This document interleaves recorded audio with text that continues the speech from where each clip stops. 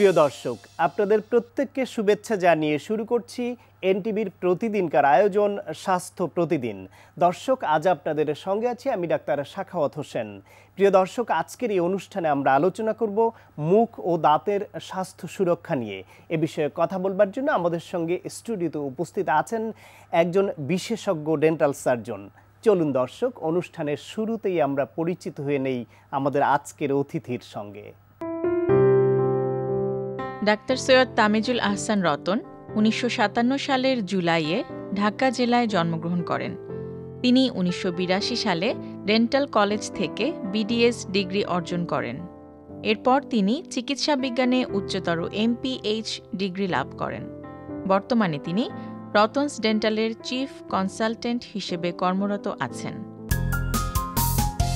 Sir, আপনাকে আমন্ত্রণ জানাচ্ছি আমাদের অনুষ্ঠানে। আসসালামু আলাইকুম। ধন্যবাদ। ওয়ালাইকুম আসসালাম। স্যার, এই যে মুখ ও দাঁতের স্বাস্থ্য সুরক্ষা, এই বিষয়টা আমরা আলোচনা বিস্তারিত করব। শুরুতে একটু যদি বলেন যে মুখ ও দাঁতের স্বাস্থ্য সুরক্ষার গুরুত্বটা কি, মানে এটা এত গুরুত্বপূর্ণ কেন?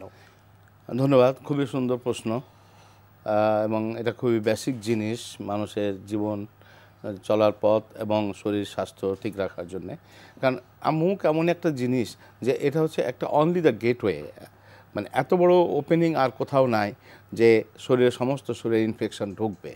তো মুখটা যদি ঠিক না থাকে, মুখটা যত আমরা ব্যবহার করি, তো সারাদিনে আমাদের এই ব্যবহারের জন্যে সমস্ত মুখের মধ্যে অনেকগুলো ব্যাকটেরিয়ার আগমন হয়। সেইখান থেকে সমস্ত শরীরের ভিতরে যদি ঢুকে যায়, তো ওখান থেকে আদার যে অর্গানগুলো আছে সেগুলা গিয়ে এফেক্ট করতে পারে। সে হার্ট হতে পারে, লিভার হতে পারে, কিডনি হতে পারে, লাংস হতে পারে। সেই জন্যে এইটার পরিচর্যাটা অত্যন্ত গুরুত্বপূর্ণ। অর্থাৎ শরীরের প্রবেশদ্বার বা দরজা হচ্ছে, গেটওয়ে হচ্ছে গেটওয়ে। এটা পরিচ্ছন্ন রাখা দরকার, স্বাস্থ্যসম্মত রাখা দরকার। তো কি করে আমরা এটা স্বাস্থ্য সুরক্ষা করতে পারবো, কি কি করা দরকার? ধন্যবাদ। কারণ মুখটা পরিষ্কার রাখার জন্যে আগেকার দিনে যেমন প্রাগ ঐতিহাসিক দিকে চলে যায় যদি আমরা, তাহলে আগেকার দিনে শুধু আমরা গাছের ডাল দিয়েই আমরা পরিষ্কার করতাম। ওখান থেকে এক ধরনের রস নির্গত হতো, যার ধরুন দাঁতগুলো মজবুত হতো, মাড়িগুলো শক্ত হতো। এখন পৃথিবীতে বিভিন্ন ধরনের টুথপেস্ট বেরিয়েছে, বিভিন্ন ধরনের ব্রাশ বেরিয়েছে। তো বিশেষ করে নিয়মিত আমরা আমরা যে সারাদিনে খাই, দুইবার যদি এই ক্লিনটা করি, তাহলে আমাদের ওরাল হাইজিনটা ভালো থাকবে। দুইবার মানে কখন কখন? মানে বিশেষ করে সকালবেলা একবার। আমরা বলি, আগে আমরা যেমন বলতাম ঘুম থেকে উঠেই ব্রাশ করেন, তো আমরা এখন বলি সাধারণত নাস্তা খাওয়ার পরে ব্রাশ করেন। কারণ নাস্তা খাওয়ার পরে খাওয়ার কিছু খাদ্যকণা লেগে থাকে, সেটা ব্রাশ করলে সেগুলো ক্লিন হয়ে যায়। আমাদের মুখটা পরিষ্কার করার কারণটা কি, যে to remove the food debris. কোনো খাদ্যকণা যদি লেগে থাকে, এই খাদ্যকণাগুলো ডিকম্পোজ হয়ে পচে গিয়ে তখন এই ইনফেকশনটা বাড়তে থাকে। আর রাত্রে বিশেষ করে আমরা যে খাওয়া দাওয়া করলাম, খাদ্যকণাগুলো যদি আবার লেগে থাকে, রাত্রেবেলা যখন আমরা শুয়ে থাকবো, তখন আবার সেই ব্যাকটেরিয়াগুলো বেড়ে যাবে। সেই জন্যে আমাদের রাত্রেবেলাও একবার পরিষ্কার করতে হবে, আমাদের ঘুম থেকে উঠে নাস্তা খাওয়ার পরে একবার পরিষ্কার করতে হবে। ইন বিটুইন হাত দিয়ে গাম মাসাজ, ফ্লস, বিভিন্ন জাতীয় জিনিস আছে, এগুলো পরবর্তীতে আমরা বলতে পারবো যে তখন কি করতে হয়, করলে আরও কীভাবে সুন্দর মতো পরিষ্কার করে রাখা যায়। এবার রাতে খাওয়ার পরে ব্রাশ করবেন এবং ব্রাশের পরে পানি ছাড়া পচনশীল কোনো খাদ্যদ্রব্য মুখে নেওয়া যাবে না। বিশেষ করে স্টিকি কোনো ফুড মুখে নেওয়া যাবে না। এবং সকালে যেহেতু ঘুম থেকে ওঠার পরে রাতে পরিষ্কার করে শুয়েছি, কোনো খাদ্যদ্রব্য থাকলো না, সুতরাং ঘুম থেকে উঠে শুধু হাত দিয়ে ম্যাসাজ করা আর কুলি করলেই যথেষ্ট। নাস্তা করার পরে আবার ব্রাশ করা, এই পরামর্শই দিচ্ছেন? এই পরামর্শ। তো এই যে ব্রাশ করার ক্ষেত্রে কতগুলি প্রশ্ন আমাদেরকে রোগীরা প্রায় করেন বা সাধারণ মানুষ সবাই করেন, যে কি ধরনের ব্রাশ ব্যবহার করব এবং কি ধরনের পেস্ট ব্যবহার করব। আর বিশেষ করে ছোট বাচ্চাদের বেলায় তারা তো অনেক সময় পেস্ট গিলেও ফেলে, এটা নিয়ে অনেকে চিন্তিত হয়ে যায়। এই তিনটি বিষয় যদি আপনি একটু বলেন, কি ধরনের ব্রাশ, কি ধরনের পেস্ট এবং ছোট বাচ্চাদের বেলায় কি করবেন? ধন্যবাদ, সুন্দর। এখন একটু আগে আমি যেটা বলতেছিলাম যে আমরা সেই নবীজির যুগে যদি আমরা চলে যাই, তখন কি ব্রাশ ছিল? তখন তো কোনো ব্রাশ ছিল না, তখন মেসওয়াকটাই ব্রাশের কাজ করতো। তখন কোনো টুথপেস্ট ছিল? তাহলে কি মুখ পরিষ্কার হতো না? তাহলে সেখানে পেস্টের কি রোল থাকতে পারে? এই জিনিসগুলো আমাদেরকে বুঝতে হবে। তার মানে ছিল কি আমাদের মুখের মধ্যে কোনো খাদ্যকণা লেগে না থাকে, সেটাই হচ্ছে গুরুত্বপূর্ণ। এখন ব্রাশ বেরিয়ে গেছে, ব্রাশ বেরিয়ে যাওয়ার ফলে হয় কি, ওই যে আগেকার দিনে যে ডাল থেকে যে রস নির্গত হতো, এখন ব্রাশ থেকে তো আর রস নির্গত হয় না। এই জন্য পেস্টের একটা রোল হচ্ছে ইটস এ লুব্রিকেন্ট এজেন্ট। এখন ওখানে কিছু কিছু কম্পোনেন্ট আছে যেগুলা আমাদের খুবই প্রয়োজনীয়, যেগুলা অ্যান্টিসেপটিকের কিছু কাজ করে। মুখের মধ্যে যদি খাদ্যকণাগুলো লেগে থাকে সেগুলাকে মাড়ি যেন ছিলে না যায়, এই জন্য সেটা লুব্রিকেন্ট কাজ করতেছে। কিছু দাঁত ক্ষয় হয়ে যায়, সেগুলাকে ডিসেন্সিটাইজ করে, শিরশিরিটা বন্ধ করে। এই জন্য পেস্টের রোলটা এখানে চলে আসে। ফোমিং করে, ফেনা হচ্ছে, কিছু জীবাণুরোধক তোকে বললাম যেটা অ্যান্টিসেপটিকে কাজ করছে। আমি বলি সাধারণত যে রাত্রেবেলায় পেস্ট বেশিরভাগই দেখা যায় স্টিকি, এগুলো এটা খুব ভালো করে ব্রাশ করতে হবে, নাহলে এবং স্টিকি অ্যান্ড সুইট। এখন পেস্ট যদি দাঁতের ফাঁকে ফাঁকে ঢুকে থেকে যায় তাহলে এটা আবার বিপরীত কাজ করবে, কারণ ব্যাকটেরিয়ার মেন খাবার হচ্ছে সুইট। তখন ব্যাকটেরিয়ার গ্রোথটা বেড়ে যাবে, তখন অ্যাসিড ফর্মেশন থেকে শুরু করে টক্সিন সিক্রেশন থেকে শুরু করে অনেক কিছু হবে। এই জন্যে রাত্রেবেলায় যদি এক ফোঁটা মাউথওয়াশ, এনি মাউথওয়াশ নিয়ে ওটা দিয়ে যদি ব্রাশ করা যায় তাহলে এটা স্টিকি না। তাহলে হবে কি, it acts as a paste, it's acts as a mouthwash, it's acts as antiseptic. বেশিরভাগই লোকই দেখা যায় আমাদের দেশে কিংবা সারা ওয়ার্ল্ডেই যে রাত্রেবেলায় একটু মাউথওয়াশ নিয়ে কুলি করে। তো এই কুলিটাই ওইভাবে না করে যদি ব্রাশে লাগিয়ে নিয়ে ব্রাশ করে তাহলে দেখা যাবে যে ওটা স্টিকিও না, দাঁতের ফাঁকে ঢুকে থাকতেছে না, এবং ব্রাশের কাজ হচ্ছে। আমাদের টার্গেটটা কি, রিমুভ দ্য ফুড ডেব্রিজ। আর বাচ্চাদের ব্যাপারে বলি যে ব্রাশটা করতে হবে ম্যাক্সিমাম 1 থেকে 3 মিনিট, এবং রোটেশন মুভমেন্টটা করতে হবে। যে হরাইজন্টাল যদি আমরা এইভাবে ব্রাশ করি তাহলে দেখা যাবে দাঁতের গোড়াগুলো মানে ক্ষয় হয়ে যাচ্ছে আস্তে আস্তে আস্তে করে, তখন এটা পরবর্তীতে এগুলা খুব বেশি সেন্সিটিভ হয়ে যায়। এই জন্যে অনেকক্ষণ ধরে ব্রাশ করা যাবে না।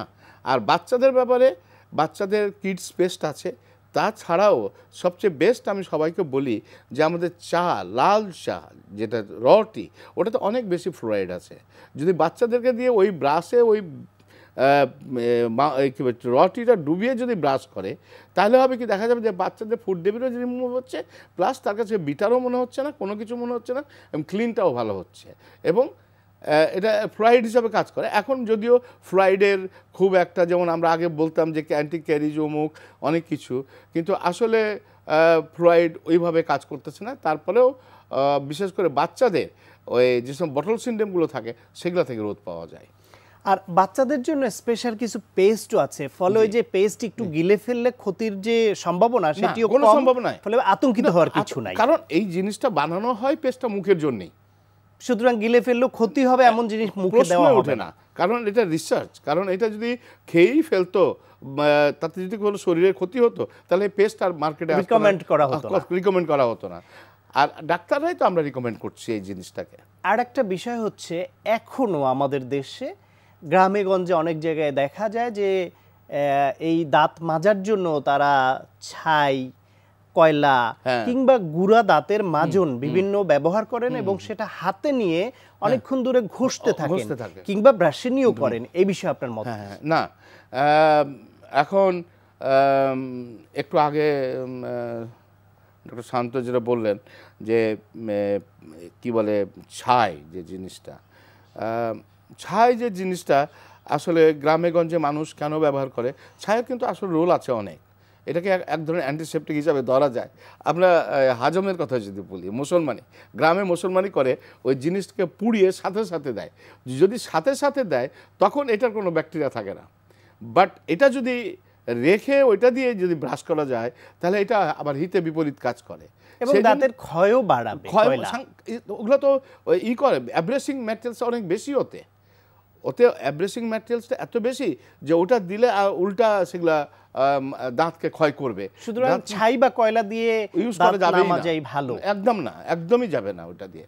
কারণ আজকাল অনেক ভালো ভালো পেস্ট বেরিয়েছে, হ্যাঁ, পেস্টের দামও খুব একটা বেশি না এবং গ্রামেগঞ্জে সব জায়গায় পৌঁছে গেছে এবং ওরাল হাইজিনটা ব্রিদিংটাও ভালো থাকে, লেমন ফ্লেভার থাকে, স্ট্রবেরি ফ্লেভার থাকে, বিভিন্ন ফ্লেভারের থাকে, কারণ সেটা করাই উচিত হবে। করা উচিত হবে। তো আশা করছি স্যার আপনার এই পরামর্শ মেনে সবাই রাতে শোয়ার আগে এবং সকালে নাস্তার পরে 2 বেলা নিয়মিত এবং নিয়ম মতো যেটি আপনি শিখিয়ে দিয়েছেন সেইভাবে দাঁত ব্রাশ করবেন এবং মুখ ও দাঁতের যত্ন নেবেন। তারপরেও কোনো সমস্যা হলে প্রতি 6 মাস অন্তর অন্তর ডেন্টিস্টকে দিয়ে চেক করিয়ে নেবেন। কারণ আজকাল কোয়াকের পরিমাণ এমন হয়ে গেছে তাদের কোনো পুঁথিগত বিদ্যা নাই, সেহেতু ওরা জানে না যে কিভাবে যে জিনিসটা সায়েন্টিফিক এবং এটা কোনটা উপকার কোনটা অপকার সেটা তারা বুঝে না, যার ধরুন ওদের কাছে যাওয়া যাবে না। সেজন্য প্রত্যেকের উচিত হবে কমপক্ষে বিডিএস ডিগ্রি আছে কিনা এটা দেখে চিকিৎসকের কাছে যাওয়া। আপনাকে অনেক ধন্যবাদ স্যার। ধন্যবাদ। প্রিয় দর্শক, আমরা শুনছিলাম মুখ ও দাঁতের স্বাস্থ্য সুরক্ষা কিভাবে করব সে বিষয়ে একজন বিশেষজ্ঞ ডেন্টাল চিকিৎসকের মতামত। আশা করি আপনাদের কাজে লেগেছে। আজকে আমরা যে ব্যায়ামটা করবো এটা হচ্ছে লোয়ার পার্টের সবচেয়ে মোস্ট বেসিক এক্সারসাইজ স্কোয়াট। স্কোয়াটে যেটা হয় যে থাই এবং থাইয়ের স্ট্রেংথ বাড়ে, ফ্যাটটা কমে এবং back muscle like hamstring, glutes সব কিছুরই ডেফিনেশনটা হয়। তো স্কোয়াটের থেকেই আপনারা কিভাবে আবার পাশাপাশি তার সাথে ডেফিনেশনের পাশাপাশি আপনারা ফ্যাটটা বার্ন করবেন। যে একটা ব্যায়ামে হচ্ছে যে আমার ডেফিনেশনটা আসছে, কাট আসছে, কিন্তু সেটা দেখা যাচ্ছে না ফ্যাট লেয়ারের জন্য। তো ফ্যাটটা বার্ন করতে যাচ্ছি তখন ডেফিনেশনটা হচ্ছে না, কিন্তু কিভাবে একটা ব্যায়ামে দুটোই হবে, যে ফ্যাটটাও বার্ন হবে এবং ডেফিনেশন মানে কাটটাও আসবে। আমরা এখানে দেখবো আমাদের 3টা লেভেলেই ব্যায়ামটা হবে, সেটা হচ্ছে যে বিগিনার, ইন্টারমিডিয়েট এন্ড অ্যাডভান্স। তো বিগিনারে আমাকে হেল্প করবে হচ্ছে Tasrin. Okay Tasrin, yes, and okay go 1 and 2 and 3 and 4। Okay, আমরা দেখছি যে ওইখানে একটা ডাম্বেল ইউজ করেছে, সেখানে যেটা হলো যে ডাম্বেলটা মানে ওয়েটটা পুট করছে যে যেন তার ব্যায়ামটা আরেকটু কষ্টকর হয়। যারা এটা মনে হয় যে কষ্ট তারা কিন্তু ফ্রি হ্যান্ডে হাত খালি রেখেই করতে পারে। Okay, thank you Tasrin. এবার ইন্টারমিডিয়েটে আমরা যেটা দেখবো, এখানে আমাকে হেল্প করবে Nusha. Nusha squat with plyo jump. Okay, and go, and 2 and 3। দেখছি যে ও স্কোয়াটটা করলো, বসলো, কিন্তু যখনই উঠছে জাম্প করছে। এই প্লায়ো মুভের জন্য দেখা যাচ্ছে যে তখন ক্যালোরিটা বার্ন হচ্ছে, মানে ফ্যাটটা বার্ন হচ্ছে, কিন্তু তার সাথে সাথে ডেফিনিশনটাও হচ্ছে। Okay, thank you. এন্ড এবার অ্যাডভান্স লেভেলটা দেখাবে Leo. Okay, and Leo go, and 1 good, 2 and last one, 3। Okay, তো তুমি কি করছিলে? পা দিয়ে কি করছিলে? ক্ল্যাপ করছিলে। মনে হয় যে ইন্টারমিডিয়েট আর অ্যাডভান্সে কি পার্থক্য? ইন্টারমিডিয়েটে যেটা হচ্ছে যে জাম্প করে উঠছে, কিন্তু ক্ল্যাপিং যখন করছেন তার মানে ওখানে আপনাকে একটা রিদম রাখতে হবে, দু পায়ে তালুতে যে ক্ল্যাপ সাউন্ডটা করতে গেলে হাতের তালির মতো।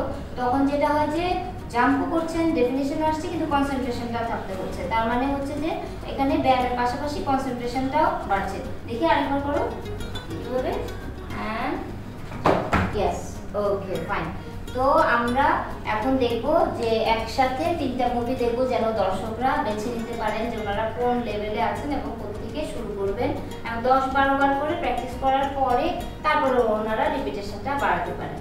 ওকে, কাম and 2 times. Okay, and 1 and 2। Fine.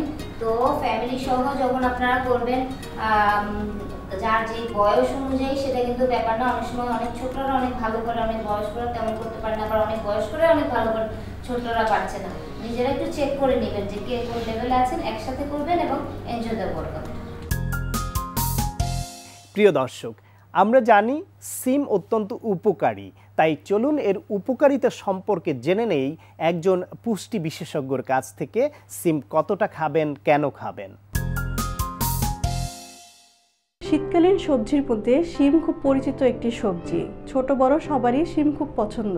চলুন তাহলে জেনে নেওয়া যাক এই শিমের রয়েছে কী ধরনের পুষ্টিগুণ। প্রথমে আসছি, শিম জাতীয় যে খাবারগুলো আছে এর মধ্যে রয়েছে প্রচুর পরিমাণে ফাইবার। ফাইবার হচ্ছে খাদ্য আঁশ, যা আমাদের পেটকে ভরে রাখতে সাহায্য করে। বিশেষ করে যারা ওয়েট লুজ করতে চান, ডায়েট প্ল্যানিংয়ে আছেন, তারা কিন্তু এই ধরনের সবজিকে আপনার ডায়েটে রাখতে পারেন। পাশাপাশি এটি আমাদের কোলন ক্যান্সার থেকে রক্ষা করে, কারণ খাদ্য আঁশ যত খাবো আমরা বডিকে ডিটক্স করবে। ডিটক্স হচ্ছে গিয়ে আমাদের কোলন পরিষ্কার করবে, যার থেকে আমাদের ব্রেস্ট ক্যান্সার থেকে শুরু করে বিভিন্ন ধরনের ক্যান্সার প্রতিরোধ করতে সাহায্য করে। এরপর এতে আছে প্রচুর পরিমাণে ভিটামিন এ। ভিটামিন এ আমাদের চোখের সুস্থতা রক্ষার পাশাপাশি আমাদের হেয়ার এবং আমাদের যে স্কিন আছে তার সুস্থতা রক্ষা করে। এর পাশাপাশি হচ্ছে ভিটামিন এ এবং ভিটামিন সি দুটোই হচ্ছে অ্যান্টিঅক্সিডেন্ট। অ্যান্টিঅক্সিডেন্ট আমাদের হচ্ছে শরীরে প্রতিরোধের কাজ করে। আমাদের যত রোগ প্রতিরোধ ক্ষমতা আছে তা কিন্তু এই ধরনের অ্যান্টিঅক্সিডেন্ট থেকে আমরা পেয়ে থাকি। ভিটামিন সি এছাড়াও আমাদের স্কিনের সুস্থতা রক্ষা করে। এতে আছে প্রচুর পরিমাণে পটাশিয়াম। পটাশিয়াম আমাদের ব্লাড ভেসেলকে সুস্থ রাখতে সাহায্য করে। এই পটাশিয়ামকে আমাদের হাই ব্লাড প্রেশার থেকে আমাদের স্বাস্থ্যকে রক্ষা করে, যা হার্টকে সুস্থ রাখতে বরাবরই সুস্থ রাখে। খেয়াল রাখতে হবে এই শিম বেশি পরিমাণে খাওয়া যাবে না, যে কোনো খাবারই পরিমিত বোধে খেতে হবে। শিম জাতীয় খাবার বেশি পরিমাণ খেলে পেটে গ্যাস সহ বিভিন্ন ধরনের প্রবলেম হতে পারে। বিশেষ করে যাদের কিডনি প্রবলেম আছে, যাদের ইচিংয়ের প্রবলেম আছে এবং অ্যালার্জি প্রবলেম আছে, তারা এই ধরনের খাবারটাকে এড়িয়ে চলবেন। প্রিয় দর্শক, এখন আপনাদের জন্য রয়েছে স্বাস্থ্য প্রতিদিন আজকের হেলথ টিপস। ব্রেনের কার্যক্ষমতা বাড়ানোর জন্য ফ্যাট অত্যন্ত উপকারী, তবে তা সব ধরনের ফ্যাট নয়। প্রিয় দর্শক, এই অনুষ্ঠান সম্পর্কে আপনাদের যে কোনো মতামত বা পরামর্শ থাকলে অবশ্যই লিখে পাঠাবেন এই ঠিকানায়। প্রযোজক স্বাস্থ্য প্রতিদিন, এনটিভি, বিএসসি ভবন, 7 তলা, 102 কাজী নজরুল ইসলাম এভিনিউ, কারওয়ান বাজার, ঢাকা 1215। ফ্যাক্স 914338 থেকে 7 পর্যন্ত, অথবা ইমেল করুন স্বাস্থ্যপ্রতিদিন@ntvbd.com এই ঠিকানায়। প্রিয় দর্শক, স্বাস্থ্য প্রতিদিনের আগামী পর্বে আপনাদের জন্য যা রয়েছে, গলা ব্যথার কারণে কিন্তু রিউম্যাটিক হার্ট ডিজিজ হয়, রিউম্যাটিক ফেভার হয়, বাতজ্বর যেটা হয়, বাতজ্বর থেকে গ্র্যাজুয়ালি আপনার হার্টের যে ভালভগুলি, সেই ভালভের যে অংশগুলি আমরা লিফলেট বলি, এগুলো ধীরে ধীরে আক্রান্ত হয়। কখনো কখনো ভালভের যে ডায়ামিটারটা ছোট হয়ে যায়, কখনো কখনো ঠিকমতো বন্ধ হয় না, যেটাকে আমরা লিকিং বলি, রিগার্জিটেশন বলি, ইত্যাদি কারণে কিন্তু যে রোগগুলি হয় সেগুলিকে আমরা বাতজ্বর জনিত হৃদরোগ বলি। তো সেটা কিন্তু ইউজুয়ালি 5 থেকে 15 বছর, 20 বছরের ভিতরে কিন্তু এগুলি অনেক রোগী পাওয়া যায় বাংলাদেশে। তো সুতরাং এই বয়সটাও কিন্তু হৃদরোগ মুক্ত নয়।